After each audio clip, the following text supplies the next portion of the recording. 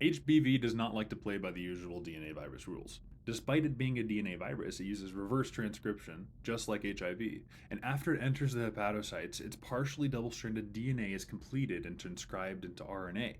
This RNA isn't just for translation, it's also reverse transcribed by HBV's own polymerase into DNA for new virions. So, if you're asked about the key step in HBV replication, you should always think reverse transcription, right? Reverse transcriptase. That's the engine behind the replication cycle. And don't fall for the polyprotein cleavage or genome integration stuff. That's viral tricks from other families. The HBV, it's all about reversing the reverse transcriptase. So you might see some sky high AST, ALTs, this liver damage. We got some IV drug use, some sexual contact involved, and we have this HBsAg positivity, and we also have HBcAb IgM. IgM means it's going to be our acute infection, right, that's happening right now, and also our HBsAb is negative, and so there's no immunity. We don't have any immunity yet. And so we're talking about this 25-year-old man who's presenting with malaise, scleroliters, and elevated transaminases. And we have all these labs we talked about above, and it's going to be asking what's the key replication step is reverse transcriptase of the RNA intermediate. So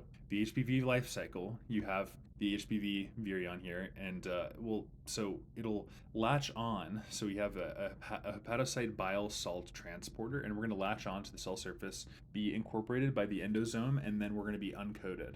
And so once we're uncoated, that partially double-stranded DNA is going to interact with that host DNA polymerase, and you'll have a completed double-strand DNA. And then you go and make the RNA polymerase, generate your viral mRNA, and you undergo translation. That viral RNA is involved with reverse transcription, and then you can create your viral polymerase and go out to the Golgi, and then boom, the cycle continues. It's a really interesting, weird cycle, and the most important thing we need to know about it is that Hep B virus has partially double-stranded DNA genomes, and it contains viral DNA polymerase with reverse transcriptase activity. Without that reverse transcriptase, you're not going to get that viral replication. Why? Because it'll convert that positive sense single-stranded RNA into another partially double-stranded DNA, and that is going to be used for your nice little viral babies, which are going to flow out into your bloodstream and just keep wreaking havoc on the world. So yeah, that's how the HBV life cycle goes. Genome integration happens in hepatocellular carcinoma, but it's not essential for your replication.